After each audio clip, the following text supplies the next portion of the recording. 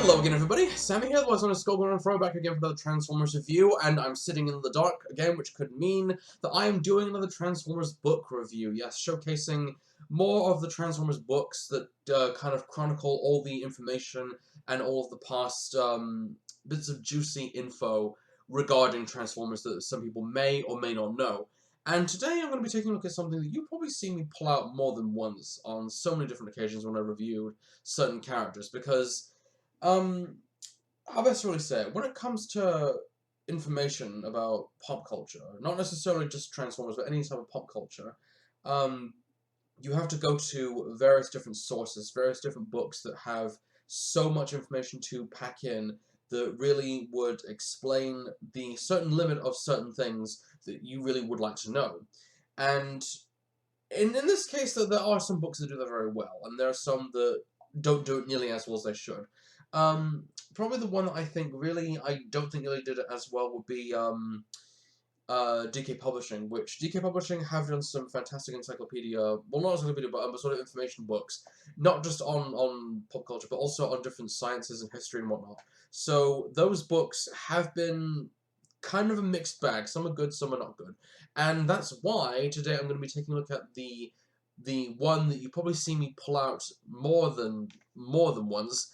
Today we're going to be taking a look at the none other than the Transformers Ultimate Guidebook.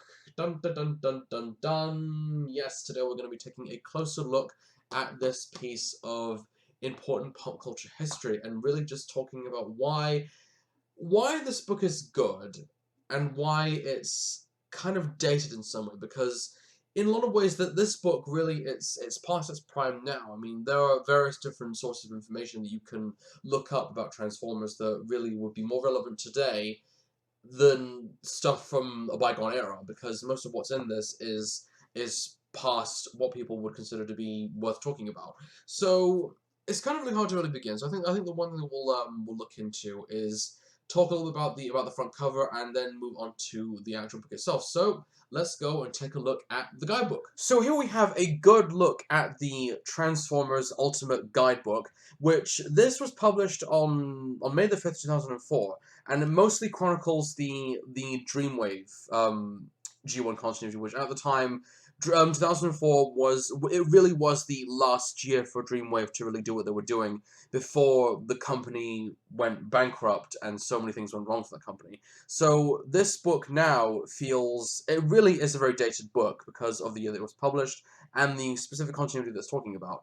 And this book was specifically written by Simon Furman, so it mostly chronicles most of the stuff from the G1 era, from the Marvel era, from the cartoons, talking about Beast Wars and Beast Machines, and a few other important things as well. But the one thing that I think really stands out, which gives you a clue as to how dated this book actually is the artwork on the front cover. Now, when it comes to Dreamwave, I mean, when people think of Dreamwave, they always think of Pat Lee. And Pat Lee, when it comes to his style of artwork, was never really that spot on, because his body proportions of several robot characters were a little bit off in places, because the necks would look a bit too long, or the whole dull surprise thing. With this front cover and the artwork that's on here, I think this is done by Pat Lee. With the design of Optimus here, it's from the comics, and the design, of course, is loosely based off of the the Revoltech Optimus Prime that came out a couple of years back, which explained the small chest windows, which honestly don't look right for Optimus. I think for any design of Optimus, the small chest windows, which I've got a problem with. So the front cover artwork is okay, I guess. On the back, it gives you a little bit of information about it. At last, the first fully authoritative history of the Amazing Transformers gives you information about the TV shows and the comics, as well as just showcasing some of the pictures, such as we have Grimlock from Dreamwave, the G2 comics with Megatron holding Bludgeon's head, Cheeto from Beast Wars, Optimus Primal from Beast Machines, and Armada, Transformers Armada. So on the back, a little bit of good information, but before we can go ahead and finish pretty much going ahead and getting to the end of the book, let's go on with looking at the book by opening up the front page. and we get this nice spreadsheet of the Autobots.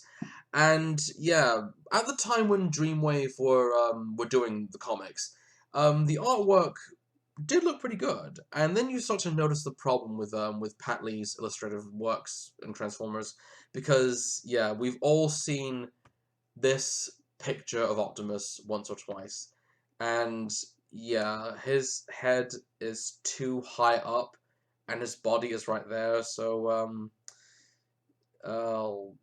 somebody actually did this really funny picture on TF Wiki about the fact that Optimus Prime's head and his neck of Prime's neck is very long, and it explains why Prime's head is so far detached from his body. But that's one of the errors of Dreamwave's art, I think. Despite that, though, I did grow up on Dreamwave, so there you go. So, of course, we open it up, and we get more Dreamwave artwork, which, again, of course, is quite nice. And we have a little bit of more information, and, of course, that's signed by Simon Furman, so that's all very good. And, as well, we get a little bit of a introduction, so the contents of what's featured in the book. So we have, of course, some the main bulk of it, which is mostly G1 and G2 and Beast Wars and Beast Machines, RID and Armada Energon, and the Dreamwave comics. So this really this probably wasn't the most up to date. I know that the main book itself is about 144 it's about 144 pages, and it was re-released again during the time of the movie stuff coming out. So in 2007 there was a second edition of this, which chronicled the movies as well as talking a little bit about some of the IDW comics, which I have not seen a hold of, but I'll get on to where you can find this book for a reasonable price later on if you can. So yeah, talking about a little bit about the contents, let's get a good look at the actual book itself. So we have more Dreamwave artwork, which again is actually very nice. It's probably the best that I think Dreamwave, and when it came to Transformers art, has actually done so far, and it stands out. It's part of its time. And of course, here we have a little bit of information regarding G1. It's, I don't know if you can see it clearly or not. Yeah, so it really gives you pretty much where it all started. This is pretty much the series that started it all off. G1 was really where it's at. Still an important series. I think people kind of really defend it religiously, but then again, the fandom is a very different opinionated sort of thing when it comes to Transformers, so I won't go into that. That's not what this video is all about. So, opening it up, and we get some information about the planet Cybertron. So, one of the main reasons why I like this book, which is an important source of information regarding some of the important mythos of Transformers, is we get to show a little bit about planet Cybertron, as well as the fact that we have the Well of All Sparks, we have the Psionic Canyon, the Psionic Canyons, Kaon, which is an important part of the of Cybertron, which is a Decepticon city, and so each of these, which if you've seen these pieces of artwork before, which they're very small, so you can clearly see some of them, the majority of pictures on these pages are from the Dreamwave comics. This one's mostly from the G2 comics, but these pieces of artwork were from Dreamwave, so it gives you an idea of how much the artwork from the comics played an important part in making this book. We get more about Cybertron, talking a little bit about the city of Iacon, how much the city has a huge importance on Cybertron, how much it meant a great deal during the time of the Golden Age. And here, of course, we talk a little bit about the Chamber of Ancients, which was featured in the War Within comics, which if you've not read them, I would recommend them. They're pretty good. If you want to see an end to them, well, that's an entirely different story altogether. And of course, we have here McAdam's Old Oil House, which is not a shameless plug to the Old Oil House podcast, which if you haven't checked it out, I would suggest you do so because it's actually very interesting. But yeah, I mean, of course, what's interesting about this, and the description about it, is that you can always go to McAdam's Old Oil House for pure, fresh oil, which, yeah, it's a nice place on Cybertron for Autobots and Decepticons alike to leave their troubles behind and go for a drink and indulge in alcoholic sorrows and whatnot. So, yeah, it's nice to see that a place like this can exist on a planet that would be most likely total from years and years of war, but hey-ho. We get more information, and of course, talking about the Civil War, mostly talking a little about the important information that was tossed around a lot during the Dreamwave comics. So we have some splash arts of Optimus Prime and Shockwave and Megatron. These were taken from the War Within comic, and of course, showing right here on this page as well, the death of Sentinel Prime. Talking a little bit about about his death and the downfall of his importance, and how that affected the Autobots in the comic, as well as giving you a timeline showing how long this war has been going on for during the pre-Earth years, before the Autobots and the Decepticons started their main war on the Earth. Well, not started, but restarted their main war on the Earth. So, if you've not read the comic, I would recommend. I would go ahead and say read a little bit about this about this timeline, because it's really an interesting timeline. It shows how deep and how far back these sorts of things can last. So that's pretty interesting. And this is an interesting bit of information. I'll just show you it properly. Oh, hang on. There we go. Okay, sorry about that. Right here, we have a full-on page spread, 2 pages of Optimus Prime. Yes, the main Autobot leader, the Autobot leader, of course, and the main protagonist of Transformers. And really, the best way I can really describe it for you is that both pages give you the bio of Optimus Prime, as well as talk about his backstory a little bit more, depending on what continuity you follow, and how his body works, and what important parts of his body play into effect, such as the matrix of leadership, and the audio boomer, of course, in his head, as well as the alt mode that he has when he's on Earth, the strengths and weaknesses, the weaponry, and so on and so forth. So there's a lot here that really talks about Optimus Prime inside and out in great detail. And the same thing with Megatron as well. So that's a lot of information about the one guy you really want to know, who's either the main protagonist or antagonist in the series. So with Megatron and Optimus Prime, there's a lot to really talk about. So these characters, because they're so important, because they're huge pop culture icons in Transformers, there's a lot of information to really give out. Specifically with Megatron, I mean, explaining that he has no weaknesses, that he's cold, cruel, and calculating, and his spot chamber and the spot chamber and fission core are located in his chest, where that's pretty much where the heart would be. As well as talking about his Cybertronian mode, his Earth mode. So much important information that really, it's a lot to take in about this one character. But then again, if you are a diehard fan of Transformers, this sort of thing will probably be worth knowing if you really want to get into the meat and potatoes of the importance of these characters. Now, onto the... I'll just canvas a bit. Good. There we go. Okay. Now, onto the main importance, which is talking about the characters and their bios. So on here, we have Ratchet, Bumblebee... Oh, sorry. Ratchet, Bumblebee, and here we have Prowl and Jazz.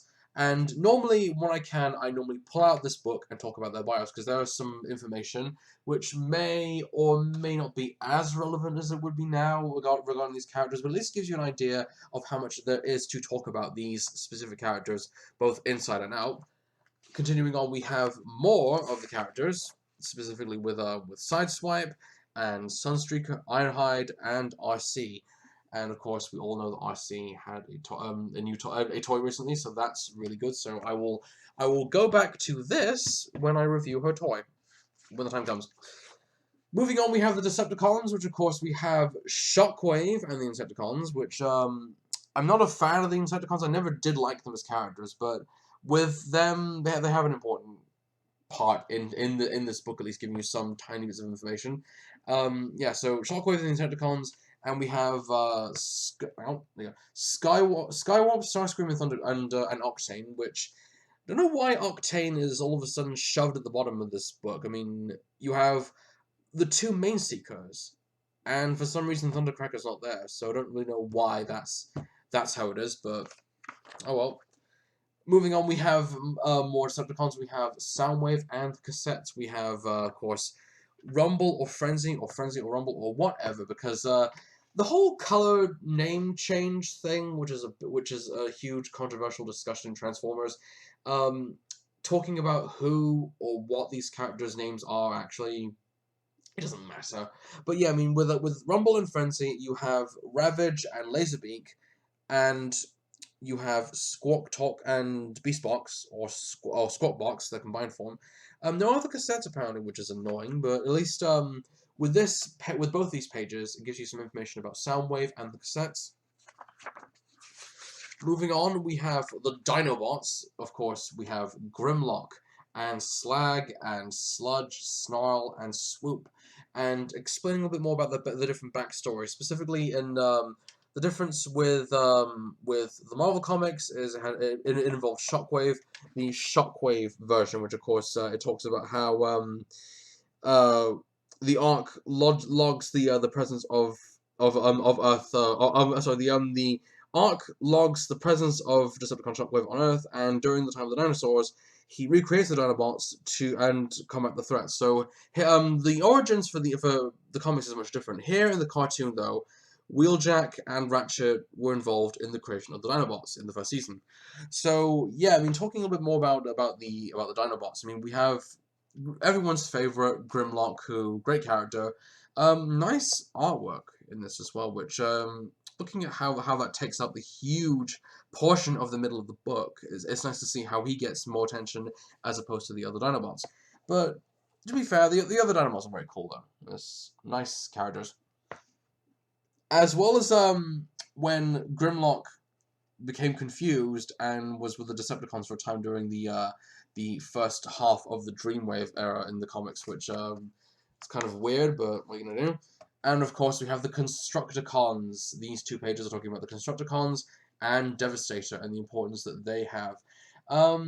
Speaking of the Constructicons, there have been, depending on when you're watching this, there's been an announcement that there's a new a Generations Constructicons set, which looks really, really good. Anyone who has been going to BotCon, or anyone who's going to AutoSummer this year, will definitely want to get those up when the time comes, when they are released, because it's good to see the combiners. I mean, with the Combiner Wars line, we're seeing so many new combiners, and it's great to see the Constructicons. So it's nice to see these characters get some information on this. Especially since we're talking about, we have Scavenger, Scrapper, Bomb Crusher, Long Haul, Mixmaster, and seeing them combine into Devastator, which is huge. And I like the artwork taking up the middle of the page, so that's pretty nice. Now, now that we've talked about the characters, let's talk more about the cartoons, because with G1 we have some of the important important episodes of the series, specifically with the three-parter More Than Meets the Eye, and moving on we have Transport to Oblivion and Fire in the Sky, and moving on and on we have more about the human characters, meaning Spike and Sparkplug, and the role that they play in the series. And also there's Hound as well. Hound's just there. I don't know why he's there, but apparently there wasn't enough room for him to get a bio, but what are you gonna do? Moving on, we have Season 2, which is introducing new characters like Alpha Trion and Omega Supreme, but also talking a little bit about the important elements of Season 2, such as the Megatron's Master Plan, and the Robo Smasher, The Secret of Omega Supreme, which is a really good episode, the Key to Vector Sigma, the female Autobots, which now that we have female we're now in an area where female Transformers is an accepting thing, and we've recently had what was it, the artwork of the new female Transformer combiner called, I think her name's Victorion. I'm not a fan of the name, but good to see a female combiner. That's all I'm gonna say. So yeah, both these pages talking about Season 2, and from there we have lots of information about the movie, which the movie really was. I can speak for a lot of people, and the movie was the turning point for the franchise, because even though it was critically derided and it wasn't a box office smash hit, that's not what's important. The important thing is that it managed to brought in new ideas, but at the same time it managed to alter so many things in Transformers, which have become a permanent template in the franchise, such as with Optimus Prime dying, the passing of leadership, the mention of leadership to a different leader, the death and resurrection of characters like Megatron into Galvatron, and as well talking about Unicron and how much of an importance he plays in the series, and continues to play importance in the series to this day. So this nice bit of artwork, which was used in one of the posters, which it's. Oh, actually, no. It was actually used in one of the VHS covers, which it's not a bad piece of artwork. Although, I it feels really out of place for Optimus Prime to be there. But then again, since the majority of the movie with him involved, he does his thing, gets killed off. Ultra Magnus is the leader temporarily, and then Rodimus Prime comes in. So with him being there, just take it for what it is. Then moving on, we have the comics, which regarding the US Marvel comic continuity, in which we have different ideas of Transformers and seeing how they are so much different compared to the cartoon. With the writer Bob Budiansky being involved in this series, you have great new stories such as the more of the human factor, such as Buster and Sparkplug and Buster. No Spike, because Spike doesn't happen until much later. But you have Buster Wiki as well as Josie Bella, Circuit Breaker.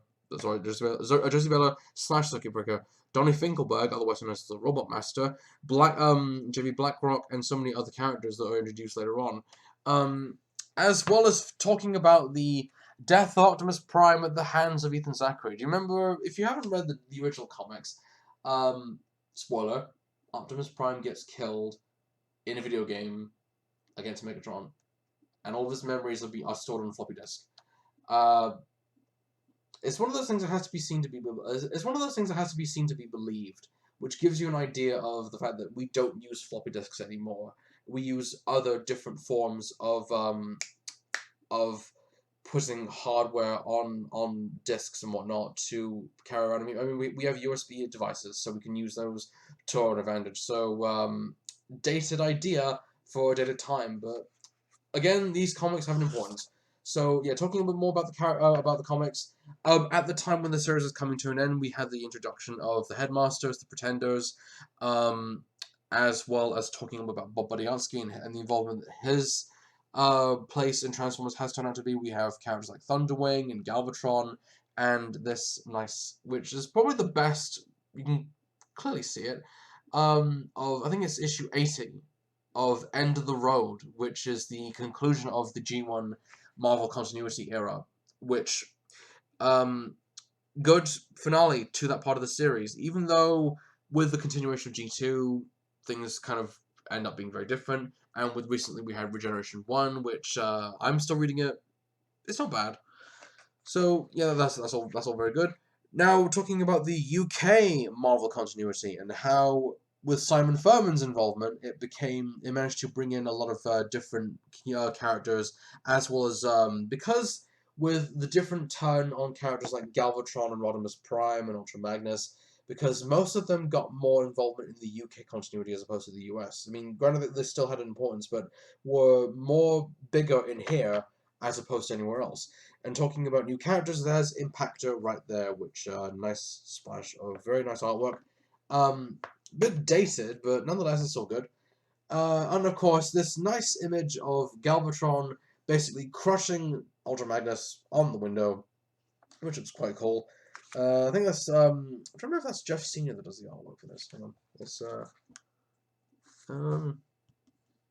well, it's from Time Wars, I think. So, yeah, but it's, I think that particular artwork, because I think that's done by Jeff Sr. So, Jeff Sr.'s artwork, his style in the comics is very different. It's a very distinctive style that was used, and is still used to this day.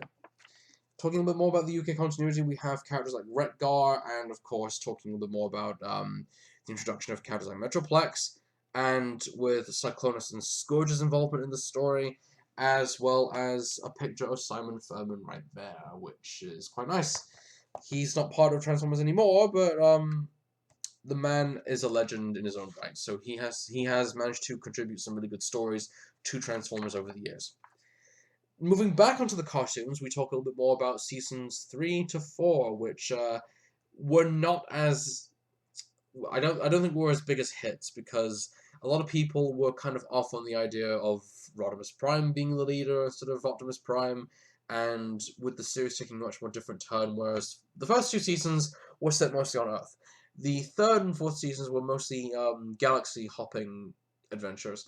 But at the same time, that was a really interesting thing to show, because it was good to see more alien races than just the Transformers.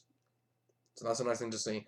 Talking about the episodes like the Five Faces of Darkness, Dark Awakening, which talks a little bit about the resurrection and then again death, supposed death, of Optimus Prime, and a little bit more information about the finale, which was the 3-part finale of G1, which was the Rebirth, which brought in the Headmasters and Target Masters, and brought the American continuity to a close. So that's all well and good. And here we have 2 pages talking about Unicron. Now, there is a lot of information about this character, so take it with a grain of salt.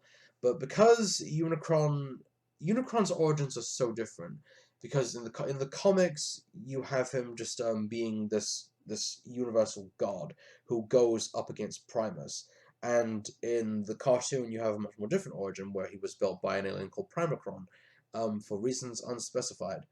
So Unicron's backstory is much more. That's not as important, but Unicron's involvement being this dark god, this transformer that turns into a planet, and his one weakness is the matrix of leadership. So, yeah, I mean that's a lot to take in. And talking this bit right here, talking about the Fallen. More information. We have the Quintessons, very interesting characters in the series. I hope one day that we see them again, because they're nice to see, and nice to see the characters like this. And of course, talking about the Shockticons, which you can barely see right there. Yeah, there you go. So yeah, the Quintessons and the Shockticons. Some minor information about Primus, which is a nice bit of Dreamwave artwork. Of course as well, Primus's original form in the Marvel continuity, so that's quite nice. And more talk about the characters. We have this page talking about the aerial bots, which the Combiner Wars set looks really nice. No, I'm not going to get it, but I'd recommend it for anyone else. Talking about the various the aerial bot characters, Slingshot, Skydive, Fireflight, Silverbolt, and Air Raid, as well as talking about the other 3 combiners here. We have Defensor, Menasor, and Bruticus. No other pages dedicated to their main team, which is a shame, but hey ho. Here we have 2 pages talking about the Headmasters and Target Masters and their involvement in the series. We have Scorponok and Zarak, some information about Zarak and Scorponok, Fortress Maximus, and Nebulos, which is the home world of the Nebulons, which become the partners for both the Autobots and the Decepticons, both as Headmasters and Target Masters, talking a little about the concept and how that affects the series as it stands. And of course, we have another page talking about Optimus Prime and seeing both these pages taking up a huge portion of the artwork which is featured in this, and Haikyuu, which is the main the Nebulon partner to Optimus Prime, and who looks more like Patrick Stewart, but that's as it is. And talking a bit more about Optimus Prime's death and how his memories were all stored on a floppy disk, which I just mentioned a little while ago. So there's a lot of information to go on regarding this book. So with each bit of information, I mean, we have the Pretenders and the Micromasters, which were I never paid that much attention to the Micromasters. I can't really give you more information about that. But the Pretenders, you have a small handful right there. Not as much information as you like to know, but at least it gives some information on the main most notable Pretender, Bludgeon. Continuing on, we talk about the toys. Now, the history of the Transformers toys is that many years ago, they were originally from Japan. They were part of a line called Microman and Diaclone, and these guys didn't really have any identity of their own, so they were all part of a different line. And of course, they all had different alt modes, and it wasn't until 2 executives from Hasbro and I went to Japan, got the ideas, took these identityless toys and brought them over to the US for the US market, and then it was thanks to Jay Bacall and I can't remember who it was. I think it was Marvel, one of the Marvel companies at the time. Then gave the idea for Transformers. So a bit of information right there. Talking more about the toys, we have G1 Megatron, G1 Optimus Prime, as well as Starscream and some of the later involving toys like Galvatron. Grimlock right there. And of course, moving on, we have a bit more of the Microman Diaclone era, such as Soundwave and Prowl, and talking about the later combiners and the base swarmers. So that's all good. With G2, which is very 90s, it's extreme, as this 90s piece of artwork shows. Like going in and killing like a bunch of freedom-hating terrorists and whatnot. And I know I shouldn't say that sort of thing, but then again, 90s extremity nonsense as it stands. So yeah, I mean, with the comics, there was an involvement in G.I. Joe, and there still is to this day. With the original Marvel continuity and the Dreamwave continuity, a lot of different continuities to go on. So with the comics, it went a very different turn, very extreme, very bold, and very visceral in the style of artwork they was going for. Not to say it was bad, but it was a little bit out there, and now it's kind of been pushed aside thanks to Generation 1, which, for better or worse reasons, take it as it is. Talking a little bit more, we talk a little bit about characters like Legion Maximo, who didn't really get much information about him. The possible stories that he might have had, such as fanfiction that was available later on down the line, for the UK Transformers Convention Transforce, which is now long gone, sadly. But these bits of information are helpful bits of insight, helpful bits of information to really know more about this interesting and enigmatic character of Legion Maximo. So, moving away from that, we get onto some of the toys, which I never really experienced as much. I only had a few from this line. None that are pictured here. Well, okay, none except for this, except for Hurricane. But it features some really good toys, like Megatron, which is everyone's holy grail. Pyro, Flash, Scorch, Clench, which Clench's toy actually looks kind of rad. So these toys were very strange, very 90s, very cool for the time. Moving away from that, we now move on to the Beast era, which is talking about Beast Wars and the involvement that Beast Wars would have with the Transformers series from there on. We're moving away from the vehicles and now moving into the alt modes of animals. So let's see how that turns out. And surprisingly, it was a huge success. Much to everyone's disagreements. I mean, people hate Beast Wars, people like Beast Wars, people love it. Fan opinions are very different, but with Beast Wars, it talks a little about the ships, the Axon and the Darkseid, the history of Megatron and his theft of the Golden Disc, and how with the help of Mainframe, the animation company that made this, managed to go on to winning an award. Which this was the first animation company. Well, this was the first animation. This was the first anything Transformers to win an award until Transformers Prime. So that's all pretty good. These two pages talking a little bit about the two leaders of Beast Wars. We have Optimus Primal and Megatron. And what I find very interesting about Optimus Primal's bio is that in his bio, it talks about how his alt mode, his Cybertronian mode, was a monster truck. A monster truck. If you remember, if you remember, a little while ago, there was a BotCon pre-Beast Wars set that had Crumble Zone as pre-Beast Wars Optimus Primal. That's not a monster truck. So you could have used. I still think you could have used Cybertron Dirt Boss, but that's not a monster truck. So, but then again, this came out before any of that was discussed. So you can't blame this for really coming up with an idea that might have worked back then that probably might be swatted away now, but what are you going to do? So, yeah, I mean, these two characters, interesting iterations of the main guys that we all grew up with, but at the same time, different things, different modes, different characters, this main character being all years all the time, and being voiced by David Kaye, which is awesome, and we feature the pages of the Maximals, which of course we have Cheetor, Rhinox, in his robot mode, taking up the huge portion of the book. We have Air Razor, Rat Trap, and Dinobot. Some really good information regarding all these characters as well, which is good to read upon. And looking onto that, we have the Predacons, such as Pterosaur, Black Arachnia, again, huge portion of the book, Waspinator, Scorponok, and Tarantulas. And from there, we talk about the first season of Beast Wars, The first season, it was off to a rocky start, but then it ended very well, leading up to something really, really important, as well as the introduction of the Fusors and the Transmetals in Season 2, and how they would play a huge importance in the ideas that would get brought in thanks from the 86 movie, I believe. Whether you can look at it like that or not, I still see it as a template of new ideas. But introducing, like, the Transmetals and the Fusors was an interesting idea. It's a shame that we didn't really see more in the show, but hey ho, as it is. Moving on to that, we talk about seasons 2 and 3, as well as giving the sort of conclusion of how the show would turn out in the two-part finale of The Nemesis. Second part written by Simon Feldman, I believe. And talking about the toys. Now, the toys were an interesting one, because at the time of the Transformers line, I mean, most of the articulation was somewhat limited. They can bend their elbows. That isn't necessarily the case.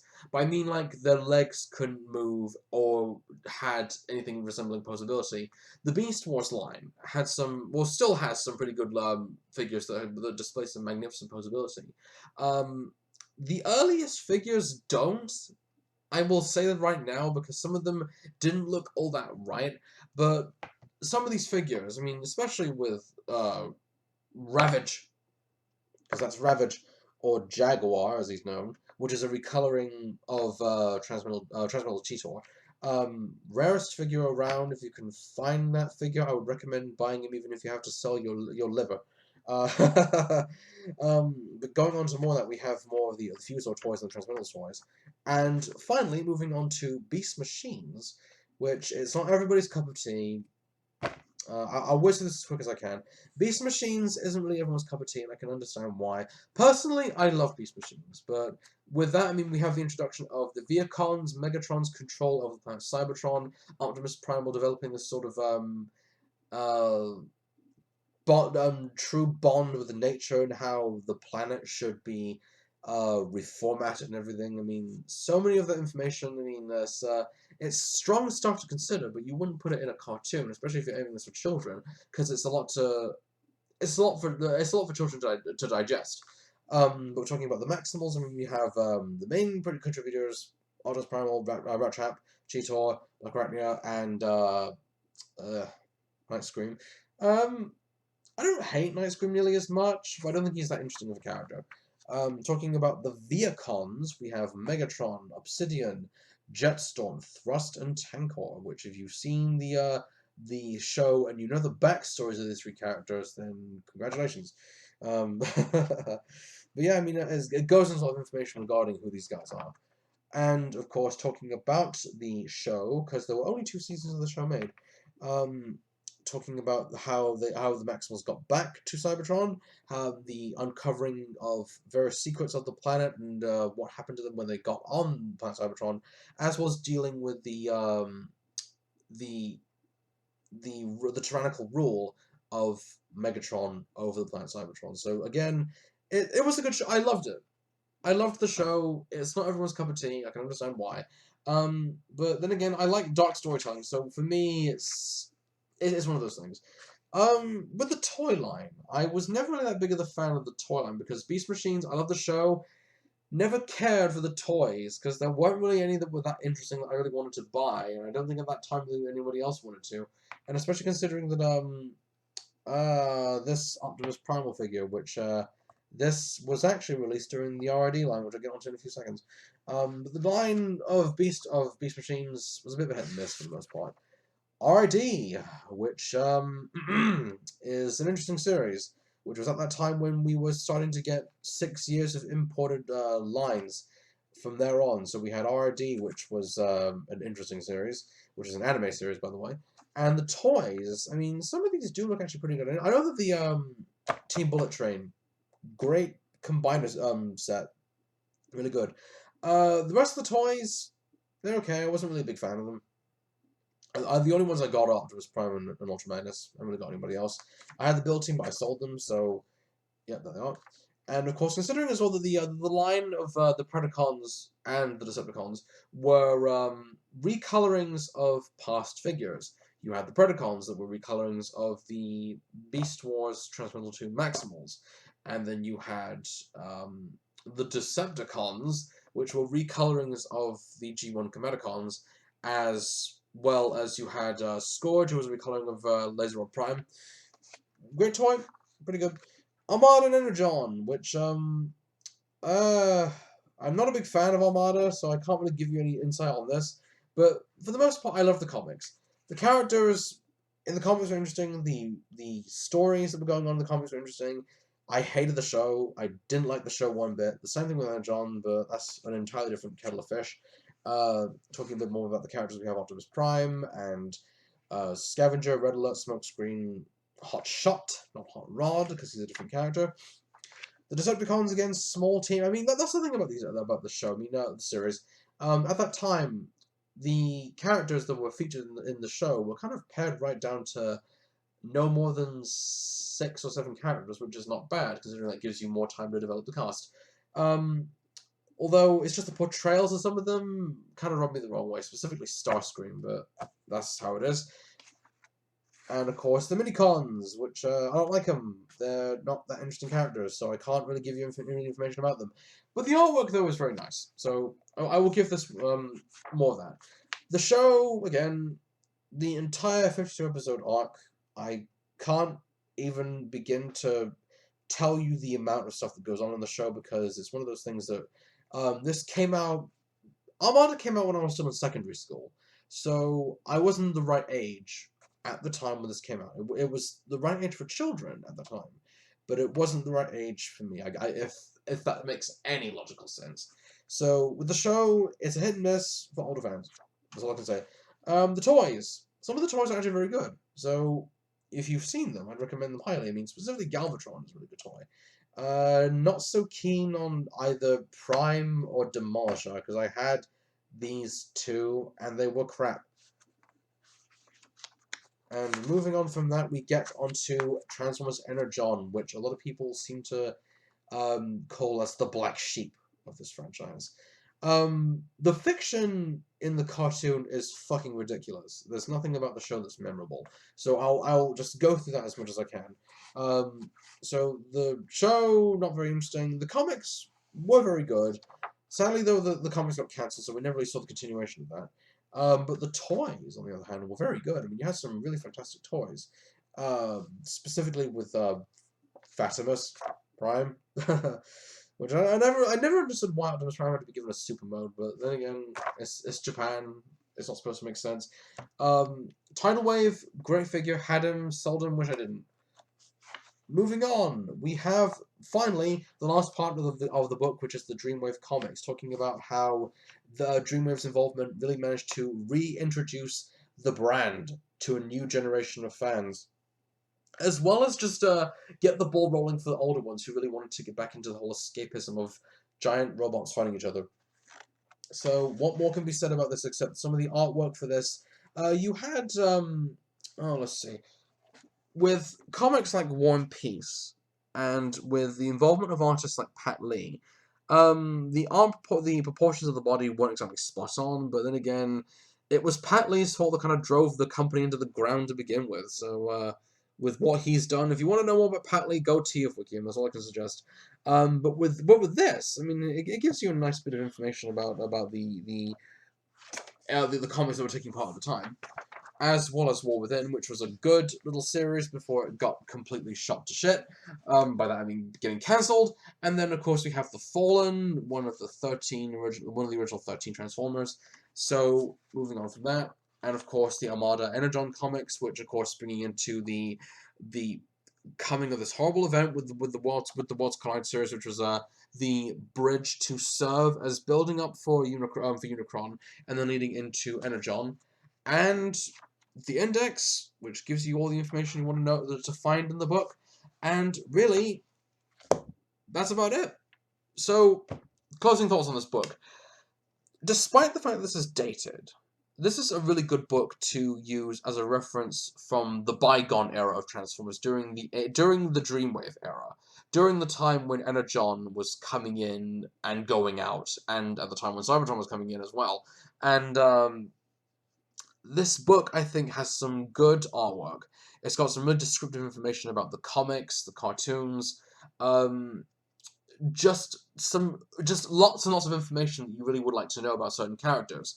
The only problem that I really have with it, though, is that it hasn't got enough information of what it really needs, because I would have liked to have been given some information on certain characters, like the more of the triple changers, or more of some of the characters like the target masters, because often at times I will use this book as the reference to pull out and then read and then just go ahead and do all this stuff. So yeah, I mean, with this book, would I recommend it?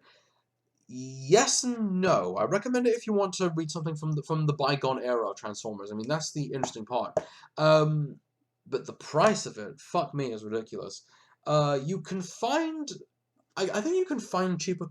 Oh, excuse me. I think you can find cheaper copies of it on eBay as opposed to Amazon, because Amazon tend to go for like 44 something pounds. Or if you live in the UK, I'm pretty sure the price is much different in dollars. But the price for this book is quite expensive, so this book is kind of a rare commodity. If you can find it at any convention, I would grab it without a moment's hesitation. Flick through it, gather as much information as you can about this piece of important information about Transformers, because really, over the years, there have been and there will always be important elements of Transformers information, tidbits, just bios, lots and lots and lots of stuff you want to know. And you can't go wrong with that. I mean, knowing that sort of thing is worth getting into a discussion about, because that's what makes this franchise so good.